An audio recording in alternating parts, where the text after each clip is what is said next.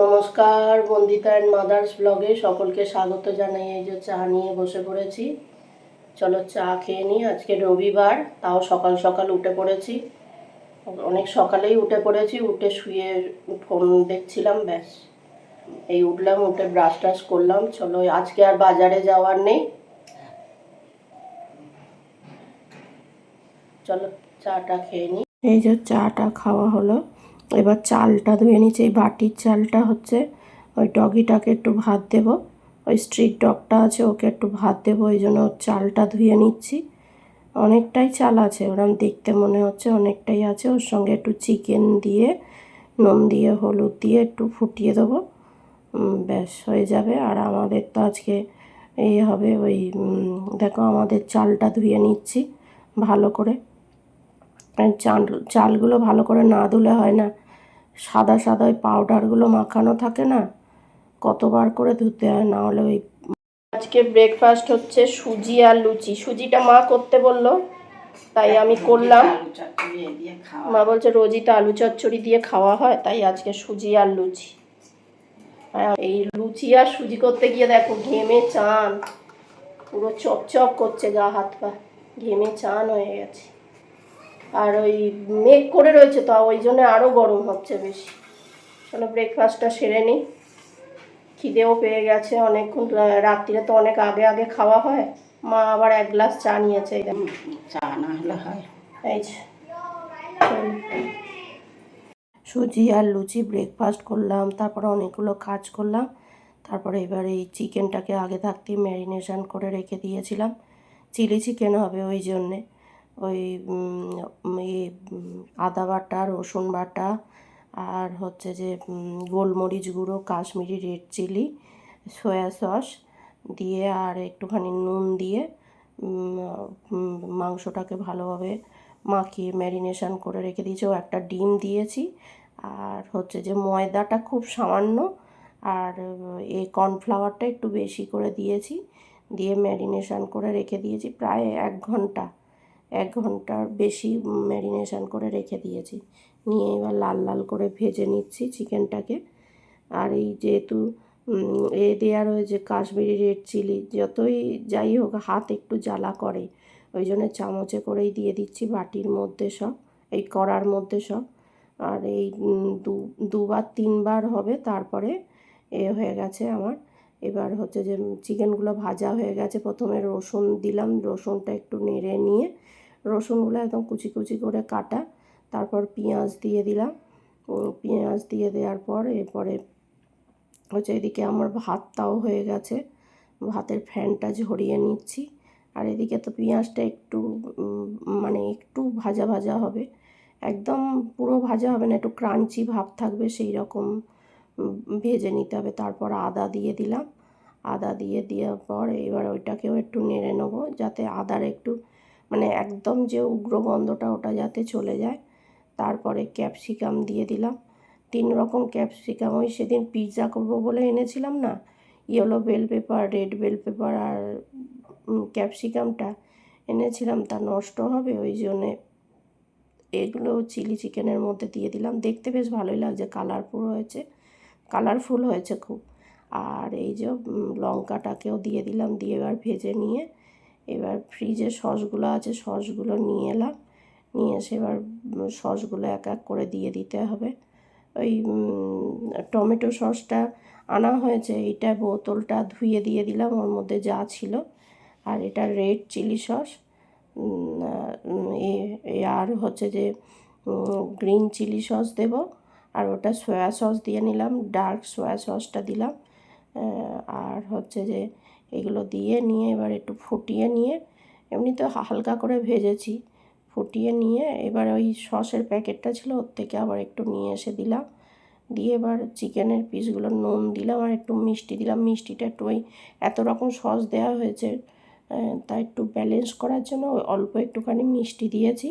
এবার চিকেনটাকে দিয়ে এবার একটু বাটিতে কর্নফ্লাওয়ার গুলে রেখেছিলাম সেইটা দিয়ে দিলাম, দিয়ে এবার চিকেনটাকে একটু ফুটিয়ে নেবো, না হলে চিকেনগুলো ভাজা হয়েছে তো।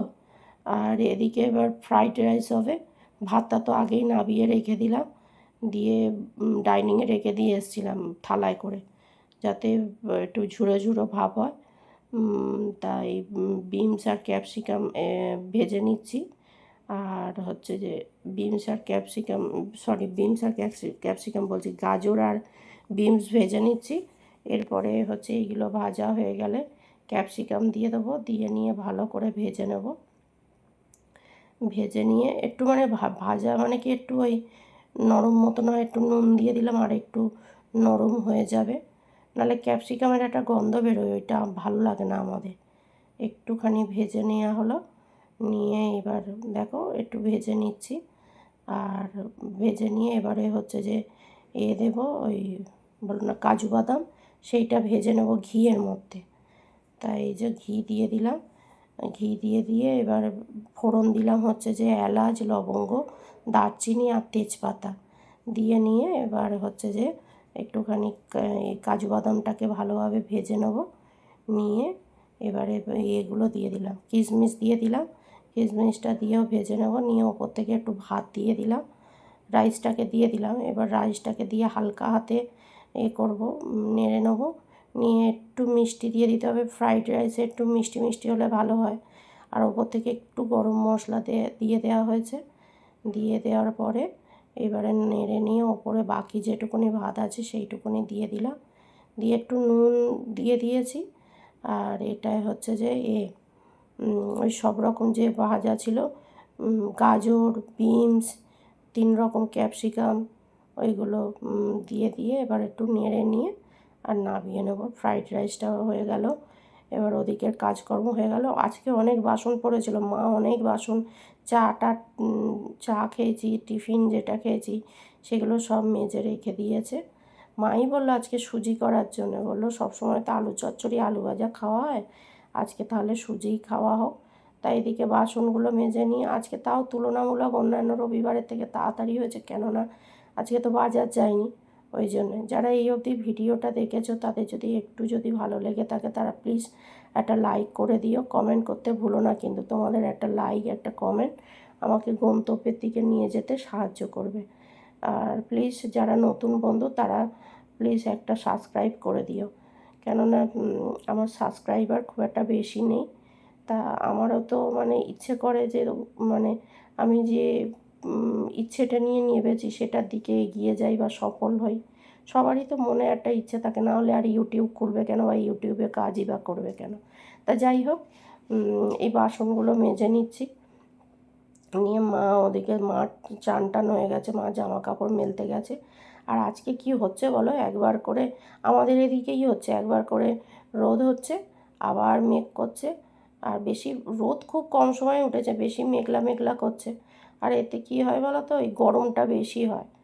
তা যাই হোক, একভাবে কাজকর্ম করে নিয়ে তারপর বসবো। আজকে টিফিনটাও আমি করেছি, ময়দা আমি মেখেছি, সুজি টুজি করে। মা দোকানে গেছিলো, দুধ আজকে মা নিয়ে এসছে, দুধ দই ফই নিয়ে এসছে। আর হচ্ছে যে আমি টিফিনটা সুজিটা করে নিয়েছি। আর মা আসার পর মানে ময়দাটা আমি মাখলাম, মাকে বললাম একটু বেলে দাও, মা বেলে দিলে আমি লুচিটা ভেজে নিলাম। তা যাই হোক, এই গরমে রান্নাঘরে থাকাও যাচ্ছে না, যে রান্না বান্না করছি না, নিজেরই খেতে হবে তাই করছি, নাহলে খুব বিরক্ত লাগছে, এতটা গরম ভালো লাগে না। তা বৃষ্টি হয়েও তো কিছু নেই, ঠান্ডা হচ্ছেও না, আর এত গরম না, ওই মেঘলা মেঘলা ওয়েদারে বিচ্ছিরি গরম। এই সসের শিশিটা ধুয়ে নিলাম, ওটা আবার সস তো ঢেলে রাখতে হবে না ওর মধ্যে, কেননা এবারে তো ওই পাউচ যে 1 লিটার 1.5 লিটারের যে পাউচগুলো থাকে না, 1 লিটার 100 না কত, সেই নিয়ে আসা হয়েছে, মানে অর্ডার করেছিলাম, এসছিলো, সেইটাই ঢেলে রাখা হবে। এই বোতলটা শুকিয়ে গেলে তারপর ঢেলে নেওয়া হবে। তা যাই হোক, এদিকে বাসন মাজা হয়ে গেছে, গ্যাসও পরিষ্কার হয়ে গেছে। এবার শুধু চানটা করব, তারপর খ্যাটন মানে খাওয়া দাওয়া করব। মা পুজো দিচ্ছে, কি সুন্দর করে ঠাকুরকে সাজিয়েছে, টগর ফুল দিয়ে, জুঁই ফুল দিয়ে, আর এত ঘরে সুন্দর গন্ধ হয় না।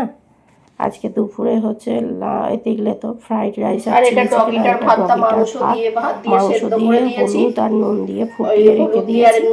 দুপুরে আমাদের খাওয়ার আগে ওকে দিয়ে এসেছি 1 বাটি, ওর বাটির 1 বাটি দিয়েছি, এটা রেখে দিয়েছি, এটা রাত্রিরে দেবো। তা ও তো কিছু খাবে না। তারপরে এই যে খেতে খেতে অনেক দেরি হয়েছে, এই সন্ধেবেলা তোমাদের যদি ভিডিওটা একটুও ভালো লেগে থাকে তাহলে লাইক করো, কমেন্ট করো, সাবস্ক্রাইব করতে ভুলো না কিন্তু। আর এই যে হচ্ছে চা নিয়ে চলে এসেছি। আর হচ্ছে তোমরা সবাই ভালো থেকো, সুস্থ থেকো আর সাবধানে থেকো। ওই যে ডগিটা ডাকছে, আর বাইরে খুব ঝমঝম করে বৃষ্টি পড়ছে, সেই কথাই বলছি তোমাদের, এত আওয়াজ হয়।